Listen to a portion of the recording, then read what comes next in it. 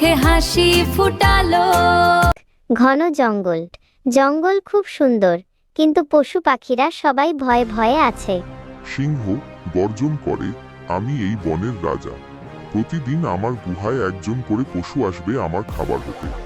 যদি কেউ না আসে তবে আমি পুরো জঙ্গল শেষ করে দেব। বানর কাঁপা কাঁপা গলায়, মহারাজ, আমরা রাজি। দয়া করে আমাদের উপর অত্যাচার করবেন না। আজ ছোট্ট চিন্টু খরগোশের পালা। সে বনের পথ দিয়ে হাঁটছে, কিন্তু সে মোটেও ভয় পাচ্ছে না। সে আপন মনে হাসছে। চিন্টু মনে মনে, আজ এই অহংকারী সিংহের একদিন কি আমার একদিন। শক্তি দিয়ে না হোক, বুদ্ধি দিয়ে ওকে হারাতে হবে। সিংহ ক্ষুধার্ত হয়ে পায়চারি করছে। দেরি করে চিন্টু সেখানে পৌঁছায়। সিংহ রেগে আগুন হয়ে, এত দেরি কেন? আর পাঠিয়েছে তোকে? এক দলা মাংস তো নেই তোর শরীরে।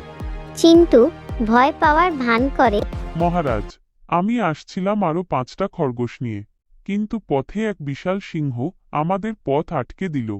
সিংহ অবাক হয়ে, কি, আমি ছাড়া এই বনে আর কোন সিংহ আছে? চিন্টু মহারাজ, সে বলল সে নাকি আসল রাজা। সে অন্য সব খরগোশকে খেয়ে ফেলেছে। আমি কোনো মতে পালিয়ে এসেছি আপনার কাছে বিচার দিতে। চিন্টু সিংহকে একটি পুরনো গভীর কুয়োর সামনে নিয়ে আসে। চিন্টু মহারাজ, ওই যে দেখুন, ওই গর্তের ভেতরেই সেই দস্যু সিংহটা লুকিয়ে আছে। সিংহ কুয়োর ভেতরে তাকিয়ে হুঙ্কার দেয়। কেড়ে ভিতরে বেরিয়ে আয়। কুয়োর ভেতর থেকে সিংহের গর্জনের প্রতিধ্বনি ফিরে আসে। সিংহ পানিতে নিজের প্রতিফলন দেখে ভাবে সেটাই অন্য সিংহ। তুই আমাকে ভেঙাচ্ছিস? দাঁড়া, আমি আসছি। সিংহর আগে জ্ঞান হারিয়ে কুয়োর ভেতরে ঝাঁপ দেয়। পানির নিচে ডুবে তার মৃত্যু হয়। সব পশু পাখির আনন্দ। চিন্টু ফিরে আসছে। বনের সব পশুরা তাকে ঘিরে ধরেছে। হরিণ, চিন্টু, তুমি আমাদের বাঁচালে। চিন্টু মুচকি হেসে, মনে রেখো বন্ধুগণ, গায়ের জোরের চেয়ে বুদ্ধির জোর অনেক বেশি।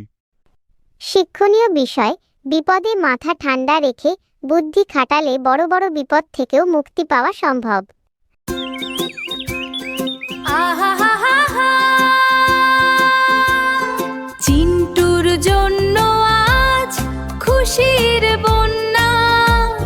সারা বন জুড়ে তাই রঙের খেলা। বুদ্ধির জোরে সে বাঘকে হারালো। বনের সকল পশুর মুখে হাসি ফুটালো।